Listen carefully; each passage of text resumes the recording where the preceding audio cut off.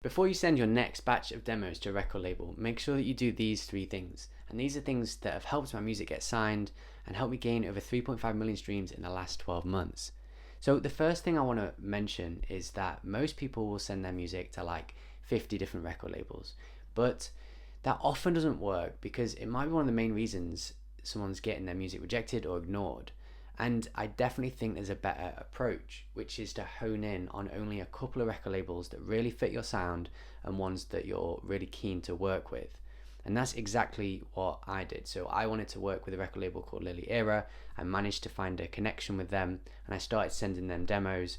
And then once I'd signed one with them, it was way easier to keep signing records with them because I kept sort of honing in on building that relationship with that label, and it meant that there was trust there on both sides. And that's something you don't really get if you're just kind of sending music out to anywhere or you're releasing on loads of different labels.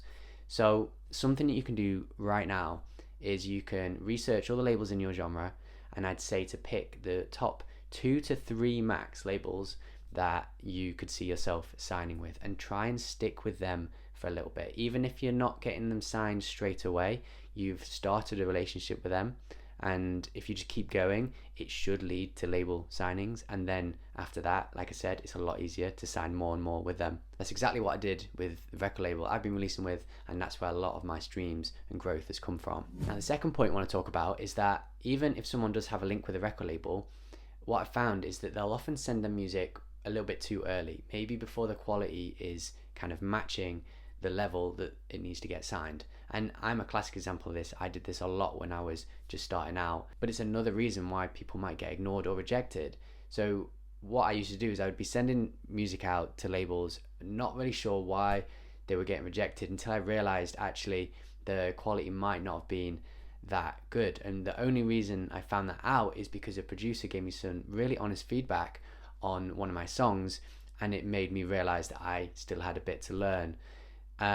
He then started helping me out with music, and it showed to me that the best thing to do in this scenario is to try and make sure that you have a community of producers around you where you can send demos to, and you can trust that their feedback is going to be honest and it's going to help push you to the next level. I really started to understand the importance of having this, so I've built like a private community for electronic music producers. It's hosted on Discord, and it's basically where people can send in their demos, they can get feedback, have conversations, and it's been thriving recently. I'll pop a link to the Discord below if you want to check it out. But having people around you that you can trust and that are going to give you honest feedback is so invaluable, because next time you have a batch of demos to send to a record label, if you send it to your producer friends first and get feedback and make those changes, then it might be the difference between signing the record and not signing. So having that community around you is really, really key. And the people in the group that I run, sometimes they'll send music in, they get feedback on it, the next thing I know they've got it signed, and it's just amazing to see. And the third thing I want to touch on is that it's quite a big mistake I see a lot of producers make, is that they have great music, they send it off to record labels, they're still wondering why it's not quite getting signed, and you look at their social media pages and there's like no vibe, there's nothing to latch onto, and that is maybe another reason why their music isn't getting signed or they're getting ignored. Because what record labels, a lot of them do now, is they'll listen to music and then they'll go out and check your Instagram or your TikTok, and they'll see if you're an artist that looks professional, they look like an artist, they look like they're putting thought and effort into their brand.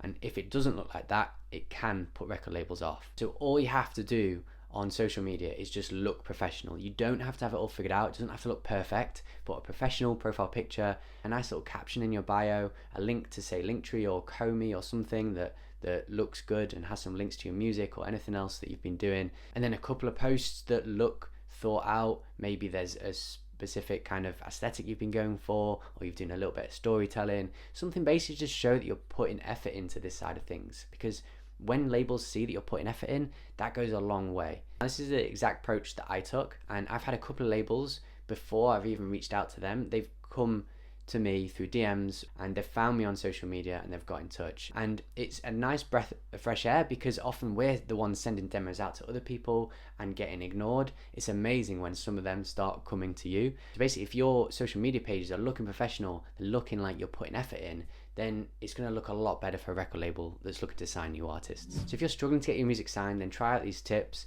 I also help producers with this kind of thing, whether it's through the Discord or one-to-one sessions, so feel free to get in touch. I'll put some links to my website below.